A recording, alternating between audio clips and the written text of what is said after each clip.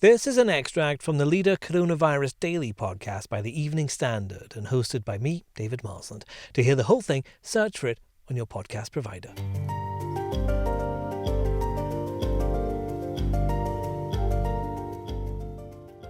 It may be a bit different, but the summer in the UK could at least have a familiar feel. The Environment Secretary's hinted that pubs could open in July with social distancing in place, and the Transport Secretary Grant Shapps has given his backing to so-called air bridges, which could allow travel between countries with low COVID-19 rates.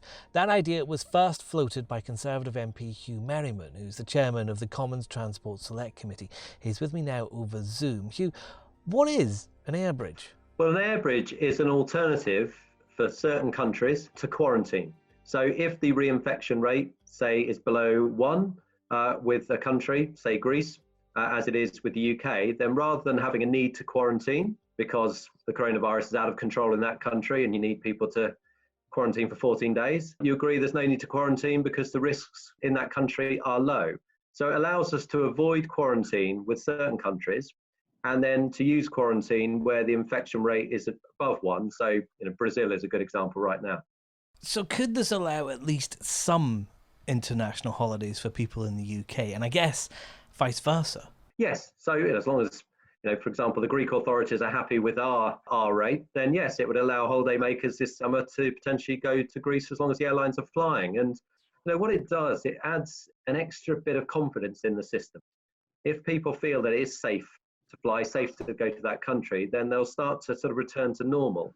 We may need other enhancements, so testing at the airports is something that Vienna are using, PPE as well.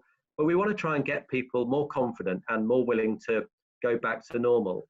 But equally, we also want to control travel in certain countries where really they're a bit further behind us in terms of controlling the coronavirus rates. But does it make things safer? Because I would imagine the great fear for a lot of people would be that just one person could bring COVID-19 back into the UK, or we could send it somewhere else. Where the R rate is below 1, then that sort of standard means that the virus is being contained.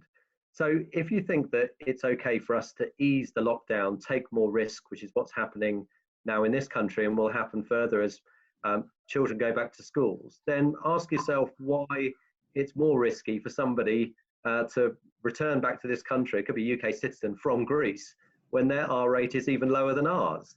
So if we are being led by the science, if we are looking at everything on an evidence basis, then the idea of air bridges surely makes sense. If we can allow people to get out and about more in this country, then why not allow people to come into this country without quarantine, where their R rate is even lower than ours? Do you think people are worried about going back on holiday again? I think people are worried. I think also the feeling is it's just too difficult.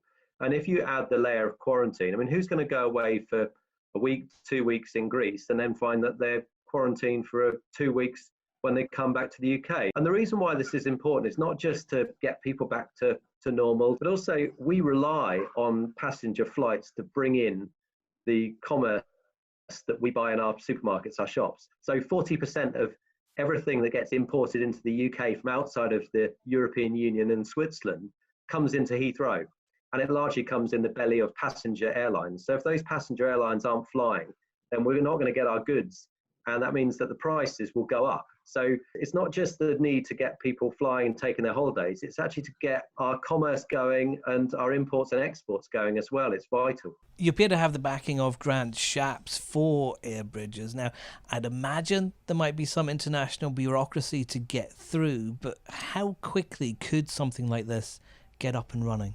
You're right, it does require international agreement. And also that's, in a way, a bigger issue because we in the UK have led the way when it comes to aviation safety.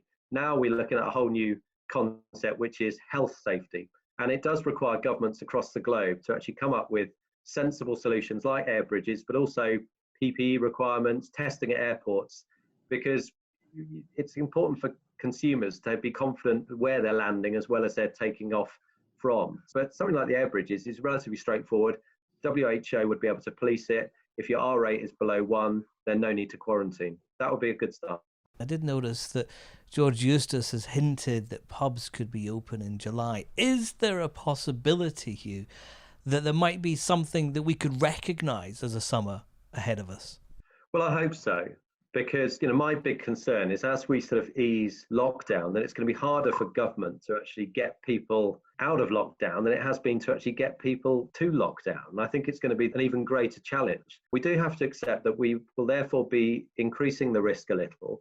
It's important that government then reacts if the risk gets further away than is intended. But we've got to get the steps back. Not least, it's not good for people's health, their well-being, their lack of employment opportunities. We've got to start weighing those up with the risks of the virus. Otherwise, we'll just get things out of proportion and we'll make a whole host of other things worse. Search for the Leader Coronavirus Daily on any podcast provider to hear more from the podcast.